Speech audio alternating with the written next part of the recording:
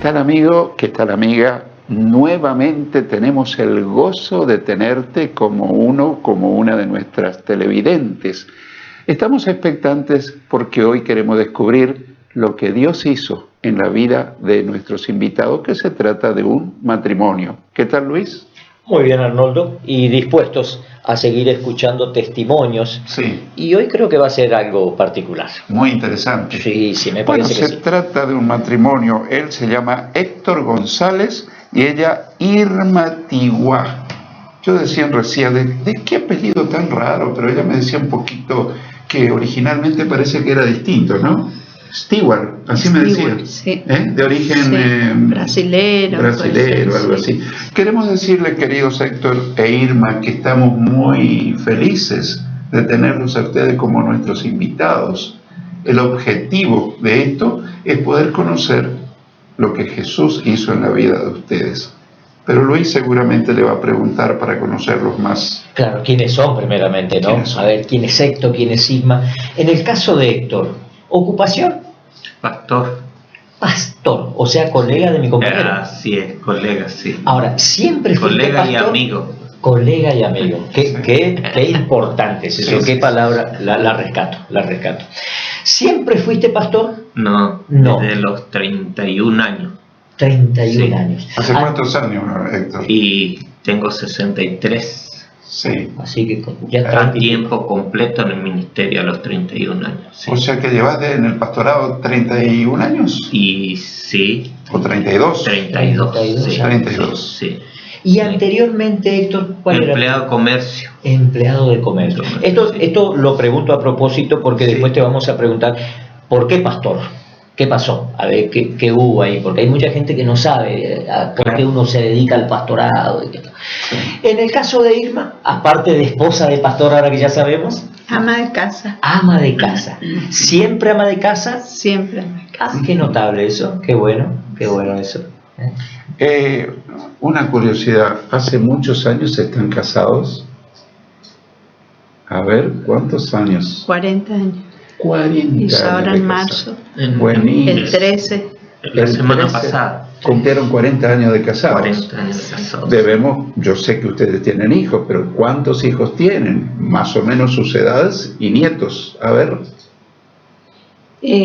Carolina, la mayor, sí. Tiene 39. Sí. Leticia, 35. Sí. Gamaliel, 33. Sí. Lucas, 30. Chicos grandes, ¿no? Ya todo grande. ¿Y nietos? Nietos, 2. Abigail, 22. Josía, 11. Sí. Y una bisnieta, Yemima, 5. Pero nietos grandes. Bisnietos ya. Bisnietos. Sin embargo, uno los mira y nos parece que son abuelos ya, bisabuelos, ¿no? Bisabuelos. Al margen que Héctor peina canas, pero... Sí, no, pero me teñí esto. Bueno, sí, él por ser más, tener un mejor look. Bien. Sí. Bueno. Sí. Todavía no está el look completo, porque después que me corte así como el pastor Aranda. Sí. Él quiere imitar mi corte, ¿viste? Bueno. Bueno, y Luis, dijiste por qué pastor. Claro, ¿por qué? Porque hace 30 y pico de años que sos pastor. Ahora, eras empleado, ¿por qué dejaste de ser empleado y te dedicaste a pastorear una iglesia? Y bueno, en primer lugar, con certeza puedo decir que fue un llamado de Dios. Un llamado de Dios. Absolutamente. Bien. Pero antes que yo nazca, en ese tiempo no había ecografía, no había ningún tipo de estudio para que la mamá diga, bueno, voy a tener varón o mujer. Yo nací al borde del Colorado, del río Colorado, en Villa 210, Formosa. Perdón, el río Bermejo. Es el río Bermejo, sí. El río Bermejo, sí. Y como antes que yo nazca, yo soy tercero en la línea de 6 hermanos. O sea, una hermana, un hermano y después yo en tercer lugar. Mi madre tuvo una revelación, porque ellos ya son creyentes, mi mamá ya era creyente. y ella, antes que yo nazca, tuvo una revelación de Dios de que iba a ser varón y siervo de Dios. O sea, como que eso marcó ya mi vida desde siempre. Mi abuelo materno era creyente, y después mamá un tiempo se alejó, pero después cuando se casó, volvieron al camino del Señor con papá. Y mamá siempre dijo, bueno, vos vas a ser siervo del Señor, Dios te llama. O sea, eso un poco marcó, aunque yo no quería, yo luché mucho tiempo contra eso. No quería ser pastor. No, yo no quería ser pastor. ¿Cuál era el motivo? Y no quería porque incluso mi padre, pues, nosotros, los últimos tiempos de papá y mamá fueron miembros de la Iglesia de Dios de la Obligado 653. Y papá siempre trabajó al lado de los pastores, del pastor Atanasio Robés, y entonces como que entendía mucho todo, podemos decir, los entretelones de la iglesia. Y eso hacía que yo no quisiera ser pastor. Claro. Muchos problemas, muchas dificultades. Así, totalmente, eso yo no quise decir, pero es cierto. Papá siempre trabajó al lado del pastor Atanasio, más en los últimos años. Lo que pasa, Héctor, es que la gente que no conoce la vida íntima de un pastor piensa que la vida de un pastor es una vida fácil, una vida cómoda. Y escuchaba a un pastor que contaba que a un niño de su congregación le preguntaron en la escuela, ¿qué querés cuando seas grande? Y el niño dijo, quiero ser pastor. ¿Y por qué querés ser pastor? Para tener mucho tiempo libre. Uy, qué lugar equivocado. Sí, y él decía que Dios quiera que no sea esa la motivación, sí, porque a los pastores nos falta tiempo, no tenemos tiempo libre. Nos falta tiempo. Ahora, hay algo todavía más interesante que ser pastor. ¿Cuándo conociste a Cristo como tu Salvador y Señor? ¿Cuándo lo recibiste? Y fue en la escuela dominical que teníamos en la Obligado en ese tiempo, una asistencia muy buena, digamos, cuando éramos niños, porque también había lo que se llamaba la escuela bíblica de vacaciones, que se hacía en enero, ahí en la Obligado. Y yo tenía una maestra de apellido Paz, no me acuerdo el nombre, habré tenido entre 8 y 9 años cuando acepté al Señor. Sí. Cuando ella nos hizo la entrega, sí. A los niños que tenía en su clase. Y bueno, y de ahí fui transitando y tenía 16 años cuando me bauticé. Sí. Y en una convención de pastores que se hizo en la Obligado, yo pasé al frente cuando hubo un desafío de entrar al ministerio. Habré tenido unos 17 años, yo más o menos recuerdo. Pero después eso como quedó en stand-by. En stand-by, exactamente. A ver si sintetizamos. ¿Tendrías unos 7, 8 años cuando recibiste? Entre 8 y 9 años. 8 y 9 cuando recibiste a Cristo. Cuando recibí a Cristo. ¿Te bautizaron a los 16? A los 16, porque antes también no era nomás que se bautizaban antes. Sí. Había como un mínimo de tiempo. Sí. Que uno tenga bien en claro lo que era. Sí, porque hoy se están bautizando más chicos. Sí, más chicos. Sí. Y a los 17 vos pensás que recibiste el llamado al ministerio. Sí, en una convención en la Obligado 653, sí.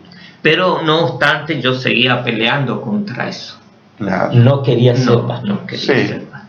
Sí, en eso me identifico completamente. Yo era bancario. Sí. Primero fui docente, después fui bancario. Y cuando el Señor me fue pastor, vi ocupacional, 11 años bancario y pastor.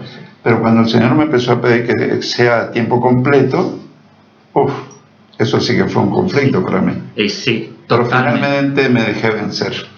Y sí, y no estamos arrepentidos. Para nada. No estamos. Ahora, en el caso de Irma, ¿cómo fue la historia de Irma? ¿Conociste de niña también o más grande?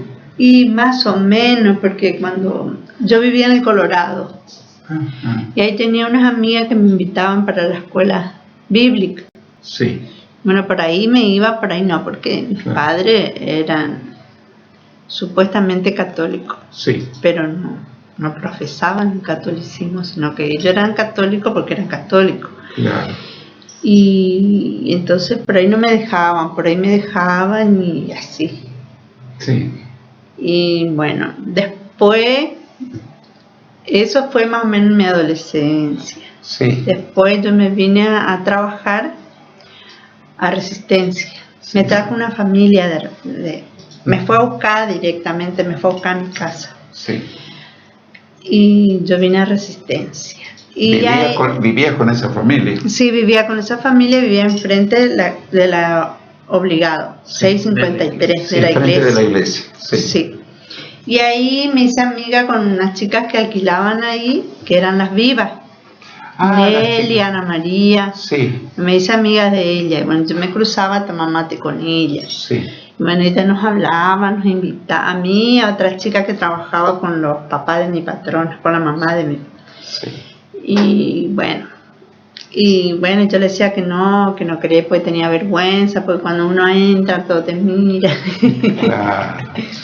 Y no, que ella nos invitaba. Bueno, le decíamos que sí. Y no sé si llegué a ir alguna vez con ella, que me invitó. O sea que te costó congregarte. Me costó, sí. Te costó. ¿Sabes que yo me identificaba cuando decías que sos del Colorado? Yo desconocía esa procedencia tuya, porque yo prácticamente me crié en el Colorado. Fui al Colorado Formosa cuando tenía 9 años hasta que terminé la secundaria. Bueno, pero yo estuve poco tiempo ahí, porque nosotros éramos en General San Martín, 7 Árboles. Ah, entiendo, toda esa zona. Sí, me es muy familiar, porque bueno, mi esposa es de nací General San ahí Martín. en 7 Árboles, nací yo. Sí. Y después, ya cuando un poquito más grande, ya ahí fuimos al Colorado. Al Colorado. Sí. Ahora, Irma, Sí. ¿qué pasó después con ese prejuicio de no querer asistir a una iglesia cristiana evangélica? ¿Por temor, por vergüenza, por prejuicios? Vergüenza más que nada, Ajá. Vergüenza, uno por ahí como... A que te vean entrar en una iglesia evangélica. Sí, pero como es que supuestamente todo termina, pero es idea de uno nomás, que uno se hace esa idea que voy a entrar y que todos se dan vuelta a mirarte. Sí. Eso es idea de uno. Claro. Y a lo mejor la vergüenza te hace que todos te miren. Pero finalmente entraste. Y finalmente tuve que entrar. Sí. ¿Y O ya andaba don Héctor por ahí, me parece. Pero no lo conocías a Héctor todavía, ¿o sí? Medio por ahí le conocía. Ajá. Sí. Lo tenías en vista, pero eran quizás amigos. No, me conocí un día así con el hermano de él. Sí. Con el hermano y el primo. Sí. Bueno, ellos pasaron, pero nosotros siempre estábamos en la vereda con la otra chica, o a veces mirábamos el culto, escuchábamos todo ahí, Sí. y sabíamos estar ahí. Y un día terminó el culto y se cruzó el hermano de él y el primo. Sí. Y conversamos ahí, y bueno. Y el hermano de él siempre así cabezudo me dice: te voy a presentar a mi hermano. Vos no lo habías mandado, Héctor, ¿no? No, para nada. No. Así que ahí anduvo tu Porque hermano. ella era siempre. una filistea, dicen, en ese tiempo se usaba mucho, nada que ver con...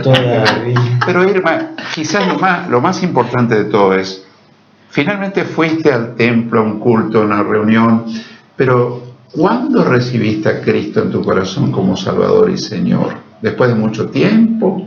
¿La primera vez? No, me fue un tiempito. Sí. Y después acepté al Señor como mi Salvador. Ajá.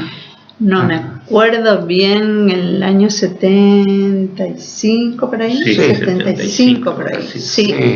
El 14 de octubre por ahí del 75. Ahora, el hecho de recibir a Cristo en tu vida, ¿qué produjo en tu vida? ¿Produjo algún cambio? ¿Fue una experiencia que desconocías hasta entonces? Y sí, tuve una experiencia distinta, un cambio en mí, sí. Ahora, esa misma pregunta yo la traslado para acá. Sí. Al margen que sos tercera generación de cristianos, pero llegó un momento donde Héctor tuvo que decir sí. Ahora, ¿qué pasó, Héctor, ahí? Bueno, más fue cuando yo quise bautizarme. Yo creo que ahí fue un cambio, porque de niño como que no tuve en cuenta un cambio así dramático, drástico, como otros que dicen, bueno, una experiencia así, ¿no? Sino que era como un proceso. Después, cuando yo me bauticé, sí, yo quise bautizarme, incluso en ese tiempo, a esa edad todavía uno era chico para bautizarse. Eso se tenía en mente cuando veían que era un chico, no, quizás no es consciente de lo que va a hacer, hay que hablar con los padres. El antiguo método, podemos decir, bueno. Sí. Y ahí creo que fue para mí un cambio, porque se nos enseñaba que cuando uno pasa por las aguas del bautismo, ya su testimonio tiene que ser otra cosa. Pero la experiencia mayor tuve cuando recibí el bautismo del Espíritu Santo. Ahí yo puedo decir que fue un encuentro real con el Señor, que aproximadamente fue a mis 19 años, antes de irme al servicio militar, porque yo hice servicio militar de los 20. Sí. Yo soy de los últimos que hicieron a los 20 años, clase 55. Entonces, antes de irme al servicio militar, yo recibí el bautismo del Espíritu Santo.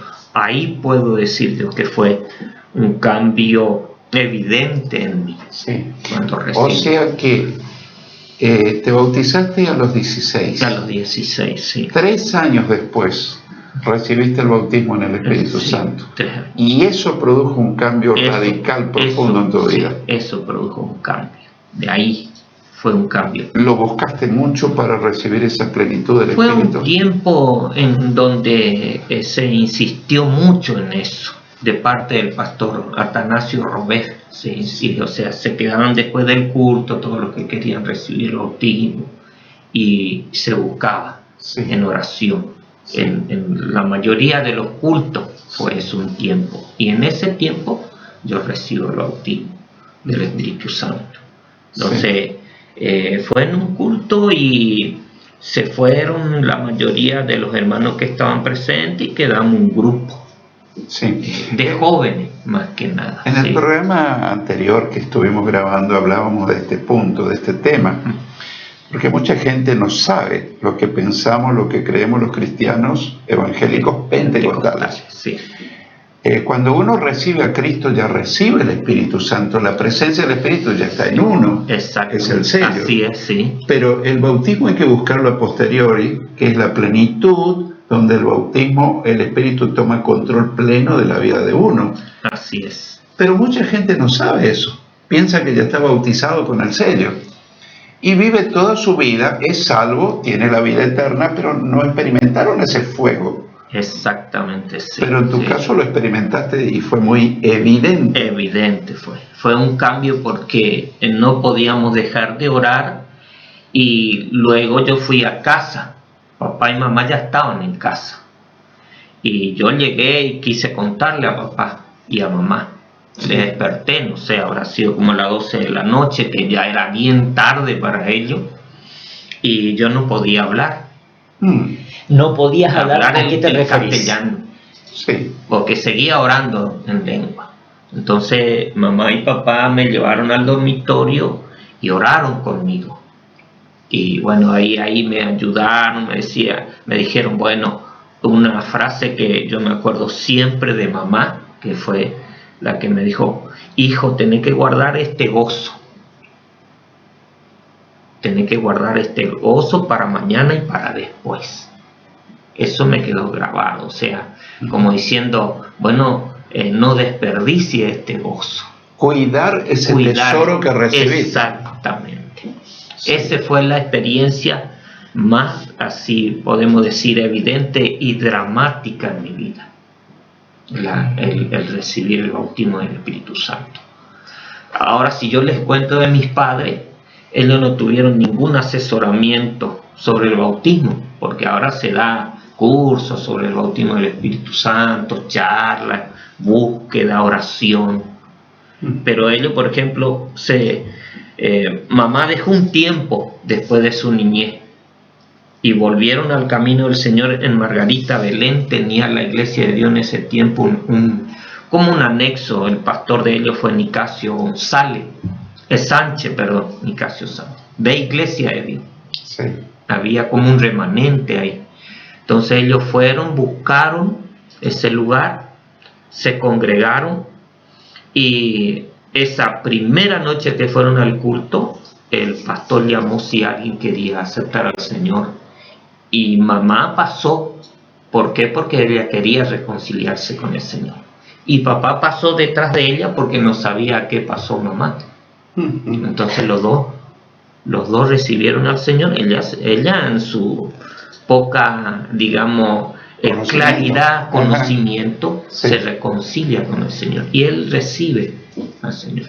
Y a la semana le bautizan. En agua. En agua. El pastor dijo, bueno, hay bautismo. El domingo que viene se quieren bautizar.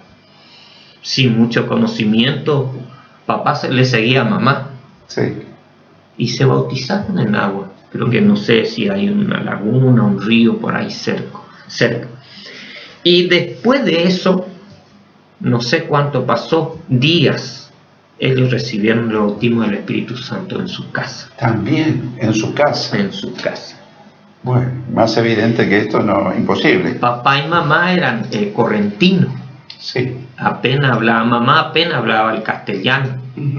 Los dos más hablaban el guaraní mezclado con el castellano. Sí, el guaraní correntino difiere del guaraní paraguayo. Sí. Claro. Eran los dos idiomas que ellos hablaban. Claro. Entonces, la experiencia de ellos fue también dramático, porque ahí recibieron el bautismo del Espíritu Santo y los dos hablaban en otras lenguas que ellos no podían comunicarse. Casi por una semana, decía mamá. Claro. No podían, cuando empezaban a hablar, salía hablando en lenguas. Hablando en lenguas. Sí. Ahora, estamos haciendo teología sin darnos cuenta. Totalmente. Pero qué bien que viene Héctor e Irma en este tiempo, donde lamentablemente yo creo que el cristiano es como dilató mucho este tema de buscar la llenura del Espíritu Santo. Es como que, bueno, vivimos igual. De hecho se vive igual, ¿no? Pero lo que ustedes están diciendo ya en el programa anterior, lo que se dijo, hay cambios, hay experiencias distintas. Sí. Así que yo creo que es muy, muy oportuno. Yo siempre digo, la primer gran experiencia de una persona es nacer de nuevo, cuando uno recibe a Cristo. Pero la segunda gran experiencia cristiana es el bautismo en el Espíritu Santo. Así es. Que a veces pasa toda una vida y no se la recibe porque no se lo busca. Exacto. ¿No es cierto? Pero queremos conocer más la vida de Irma, en su faz de seguidora de Cristo. Aceptaste a Jesús en la iglesia de Dios de la calle Obligado, ¿no? De Obligado, sí. Sí. ¿Y cuáles fueron tus primeros pasos en la vida cristiana? ¿Qué hiciste? ¿Qué pasó contigo? ¿Qué experiencia tuviste? Está haciendo memoria. Está haciendo memoria. Es que son tantas cosas a veces, ¿no? Sí. Y bueno, al año más o menos me bauticé. Sí. Y bueno, después seguí. Soltera en esa época todavía. Soltera, sí. Sí. Y bueno, me iba a la iglesia siempre. Y después ya me puse de novia con él. Y se iba a buscarme. Sí. Y bueno, después ya empecé a asistir a las damas. Me invitaban las damas. Claro. Las damas, aclaramos que es un ministerio de las mujeres de la iglesia, ministerio femenil. Femenil, sí.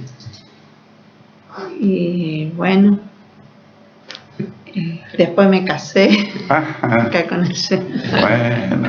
¿Cuántos años tenía Irma cuando te casaste? Cumpliste tu mayoría. Sí, a los 21. Sí. Sí. Queríamos casarnos antes siempre, pero yo estaba anotada con el apellido de mi papá, ¿no? Sí.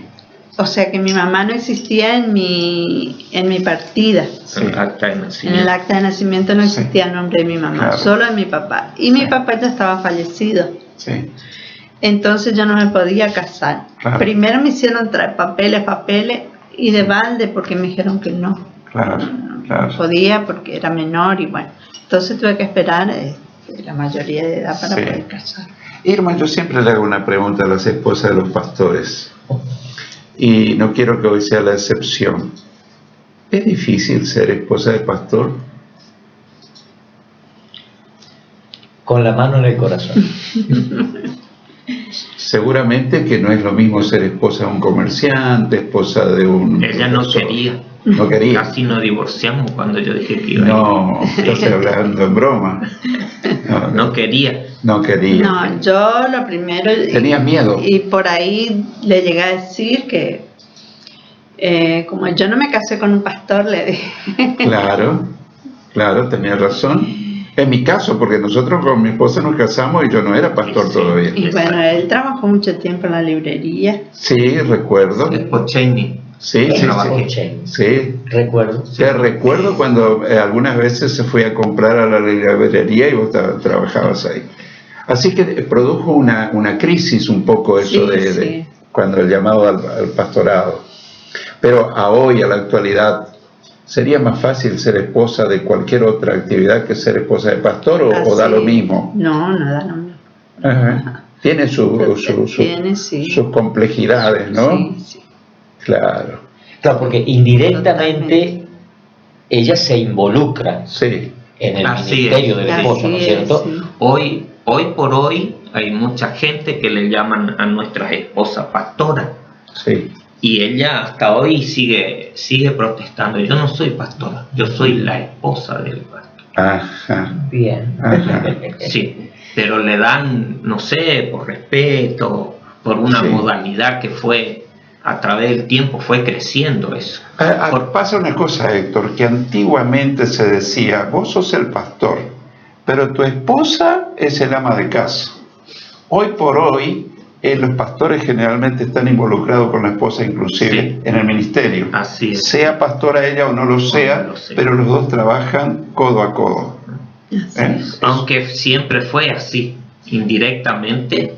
Siempre fue así. Sí, siempre fue así. Pero bueno, es comprensible. Sí. También yo, en mi caso, a mi esposa le dicen pastora. Sí. Ella no se declara pastora, pero no se molesta. Asumió que la llamen pastora.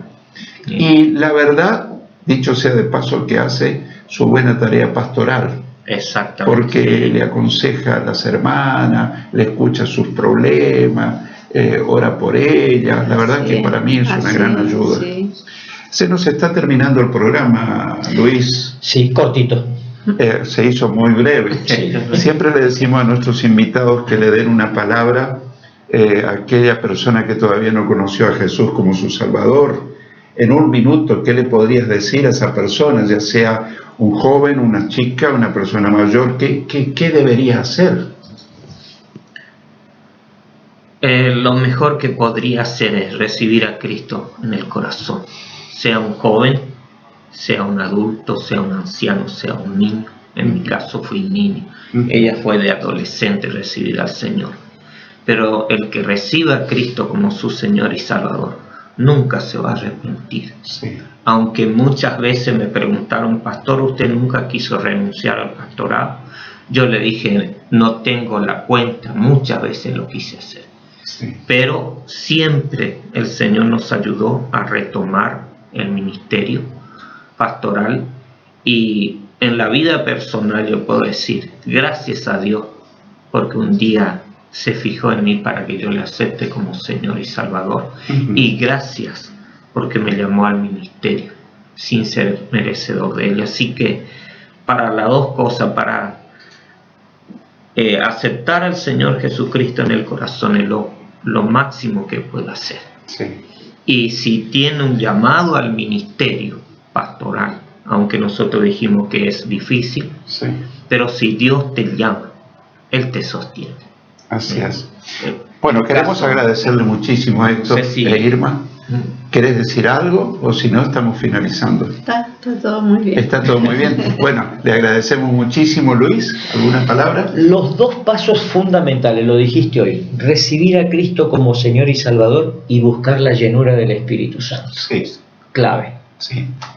Querido amigo, yo quiero decirte de lo más profundo de mi corazón: recibir a Cristo en el corazón como Salvador y Señor, confesándole arrepentido nuestros pecados, no significa solamente un cambio de vida en esta vida, sino que a partir del momento que tenés a Jesús en tu corazón, tenés la salvación de tu alma, la vida eterna, y cuando dejás este mundo te vas a vivir al cielo. Me dirás, y si no tengo a Cristo, no entrarás jamás al cielo. Porque la palabra de Dios dice, el que tiene al Hijo, al Señor Jesucristo, tiene vida eterna. El que no tiene al Hijo, no tiene la vida eterna. Pensalo. Te dejo el desafío, que Dios te bendiga ricamente y hasta la próxima semana, si Dios quiere.